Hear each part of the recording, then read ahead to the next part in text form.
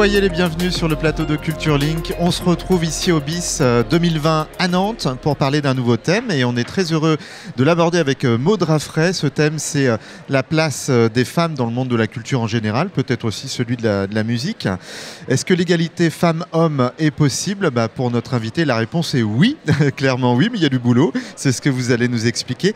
Alors Maud Raffray, vous êtes activatrice d'égalité femmes-hommes. C'est quoi, c'est un nouveau métier finalement ? Eh bien, c'est à la fois une invention en matière de termes, mais c'est un terme que j'ai choisi parce que ce qui m'importe, je pourrais dire que je suis une slasheuse de l'égalité femmes-hommes. C'est-à-dire que ce qui m'importe, c'est pas tellement la façon dont on y parvient. Enfin, si, ça m'importe. Mais moi, j'ai pas choisi la façon dont j'y parviens. Je la choisis avec les gens avec lesquels je travaille. Donc, ça peut m'amener aussi bien à faire un boulot, on va dire, plutôt classique de consultante, conseil, accompagnement sur une politique d'égalité femmes-hommes dans une structure culturelle, mais aussi de la formation, mais aussi des ateliers de sensibilisation, mais aussi, pourquoi pas, des événements construits sur mesure ou des actions construites vraiment sur mesure avec les structures culturelles, comme par exemple des actions culturelles autour de la programmation qui permettraient d'amener des sujets ayant trait à la question de l'égalité entre les femmes et les hommes. Alors donc voilà, c'est assez varié. C'est très vaste. Quel est le problème de départ ? Évidemment, la place des femmes n'est pas à sa juste valeur, sa juste hauteur. On peut parler de ce programme Key Change. Ça concerne des festivals en Europe, festivals de musique. Donc c'est un programme qui consiste à revaloriser la place des femmes artistes dans la programmation des festivals. On peut citer un chiffre parce qu'il est quand même assez éloquent. Je crois que 27% à peu près des affiches dans les festivals européens en musique est occupé par des femmes dans la programmation, seulement 27. Ça vous surprend ça ? Non, et quand vous dites 27%, ça doit être à l'échelle européenne, parce qu'en France, on est encore moins que ça. Ouais. La dernière enquête de la Fedelima auprès de ses adhérents montre que à l'échelle, en tous les cas, d'une saison, donc il n'y a pas que des festivals, mais à l'échelle d'une saison, on est sur 15% de musiciennes au plateau.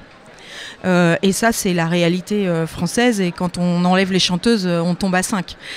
Donc, ça m'étonne. On va dire, il y a un phénomène global dans la société française et pas que. Des femmes au travail, globalement, avec des métiers extrêmement genrés.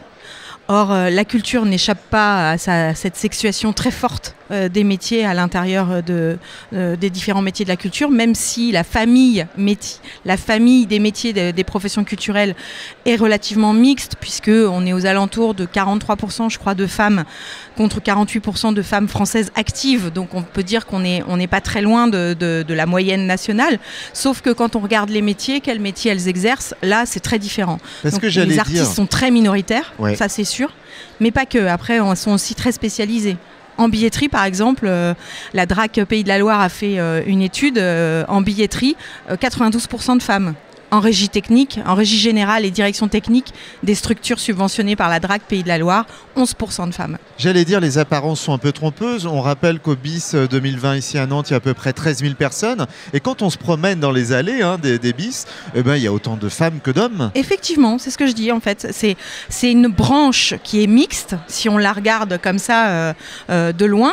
Sauf que quand on se penche un petit peu plus sur qui fait quoi, c'est là qu'on se rend compte qu'il y a un vrai problème. Alors il y a un vrai problème du côté artistique où on charrie des dizaines d'années, voire des centaines d'années de mythes de la création comme étant quelque chose qui appartient à la gente masculine. Ouais. Et même s'il n'y a plus beaucoup de gens aujourd'hui pour dire que le gène, qu'il y a un gène de la création, n'empêche qu'on parle beaucoup de talent, par exemple, en se disant mais la question c'est pas de programmer des femmes, c'est de programmer des artistes qui ont du talent.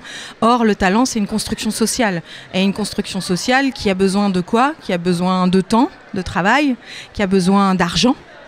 On ne fait pas des beaux projets artistiques, on ne fait pas les mêmes projets artistiques avec 1 000 € ou avec 1 million, qui a besoin aussi de visibilité, donc d'intérêt médiatique, etc. et qui a besoin, pour ça, de relations. Et ça, c'est 4 éléments qui ont été mis en exergue par Ren Pratt, qui avait fait son rapport il y a déjà plus de 10 ans, enfin son 2e rapport qui a déjà plus de 10 ans, et qui montre qu'en fait, c'est sur ces 4 éléments-là que les femmes sont très, très, très défavorisées. Alors, comment on fait bouger les lignes? Quels sont les leviers d'action pour la place des femmes dans ce monde de la culture? Alors, il y en a plusieurs, et c'est à la fois simple et compliqué. C'est-à-dire qu'on évolue quand même encore dans un système patriarcal. Donc on est tous empreints de stéréotypes qui nous échappent, qui nous aident à évoluer dans le monde.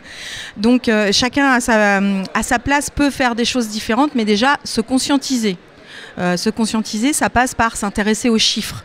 C'est assez récent que le secteur de la culture produit des chiffres genrés, sur les métiers, les parcours professionnels, les statistiques de programmation, etc. Donc et là, on est dans déjà le factuel. Pas du tout entré. C'est ça, voilà. On est dans le factuel qui remet les idées en place. Exactement. Ça nous permet de confronter ses intuitions avec la réalité et aussi de révéler des réalités complètement cachées. Par exemple, je pense que ça n'allait pas forcément de soi pour tout le monde que les femmes dans la musique, par exemple, sortent de leur carrière professionnelle plus vite que les hommes. Il y a de moins en moins de femmes plus on avance dans les catégories d'âge. Et l'écart salarial, par exemple, se creuse considérablement entre le début de la carrière et la fin de la carrière. Et pas seulement du fait des phénomènes de plafond de verre, aussi pour des métiers équivalents. Donc il y a quand même des choses qu'il faut aussi regarder finement. Donc qu'est-ce qu'on peut faire? Tout le monde doit s'y mettre en fait. Moi personnellement je travaille beaucoup avec l'AFDAS, ouais, qui s'est engagé sur le sujet et avec lesquels on a développé un programme égalité femmes-hommes qui comprend 3 volets, qui est développé à Nantes, en Pays de la Loire, qui est donc un programme pilote et qui est observé au niveau national pour voir si on ne pourra pas le laisser ou l'adapter en tous les cas ailleurs. Le premier volet, ce sont des conférences ateliers sur les différents sujets qui ont trait à l'égalité femmes-hommes. Ça peut être la question des compétences, ça peut être la question de la communication non sexiste, ça peut être aussi la question des violences sexistes et sexuelles, dont on parle quand même beaucoup aujourd'hui, enfin. Ouais, c'est un sujet qui monte, effectivement. Oui, c'est un sujet qui monte et d'ailleurs qui, j'ai le sentiment que c'est un des angles par lequel des structures qui aujourd'hui avaient peine à s'intéresser à la question de l'égalité femmes-hommes, aussi parce que ce sont des petites structures, qu'elles ont l'impression de ne pas avoir de levier en fait. Quand on est une structure de moins de 10 personnes, c'est pas très évident de se dire mais à moi toute seule je fais comment pour équilibrer mon équipe. Enfin, c'est pas tant un sujet que ça en soi. En revanche, la question du sexisme, des violences sexistes au travail, ça c'est quelque chose qui concerne tout le monde en tant qu'employeur, en tant que salarié, soit en tant que victime, soit en tant que témoin. Ouais. Et ça, c'est un levier qui me paraît assez intéressant pour travailler aussi sur la question de la mixité des métiers, parce qu'un climat de travail, c'est assez fondamental aussi quand on se pose la question d'intégrer des nouvelles personnes, en fait. Est-ce qu'il y a des blocages et où sont-ils ?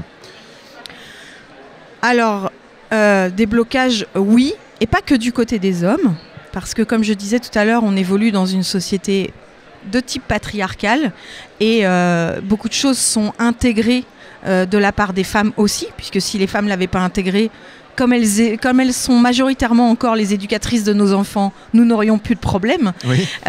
Donc la reproduction se fait à travers tout le monde. Les blocages, il me semble assez importants au niveau de la question du talent sur les artistes, où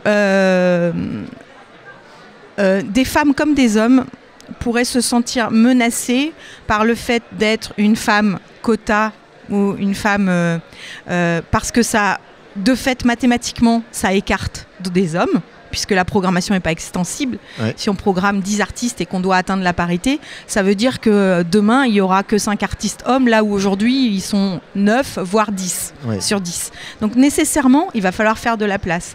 Et ça, c'est parfois difficile pour les femmes aussi d'assumer ça, parce qu'il y a un doute toujours qui plane au-dessus d'elles sur le fait qu'elles aient été choisies d'abord parce qu'elles sont des femmes, mais pas d'abord parce qu'elles sont des artistes convaincantes. Vous êtes en faveur, vous, de la discrimination positive, sans forcément parler de quotas, mais de la discrimination positive? Oui, alors j'aime pas l'appeler discrimination parce que je pense que de manière générale, on ne peut pas être pour la discrimination.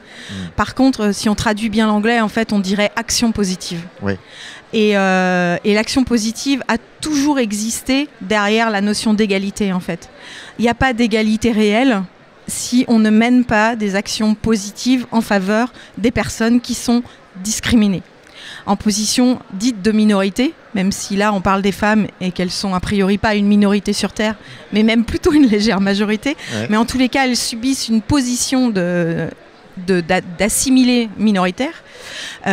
Donc oui, des actions positives, oui, on fait bien des actions positives dans les quartiers prioritaires des villes qu'on ne mène pas dans les quartiers de centre-ville. C'est exactement la même chose. Si on veut parvenir à l'égalité, il faut mener des actions ciblées en faveur des personnes qui sont discriminées. Merci Maud Raffray, on a encore beaucoup de choses à évoquer avec vous, mais ça sera peut-être pour une prochaine fois. Merci encore, activatrice d'égalité femmes-hommes. Il va falloir s'habituer aussi à ces nouveaux termes parce que c'est ce qui fait bouger les lignes. Vous pouvez retrouver cette interview sur les réseaux sociaux et puis aussi sur le site culturelink.fr. On se retrouve très vite pour un prochain plateau. Restez connectés. Merci.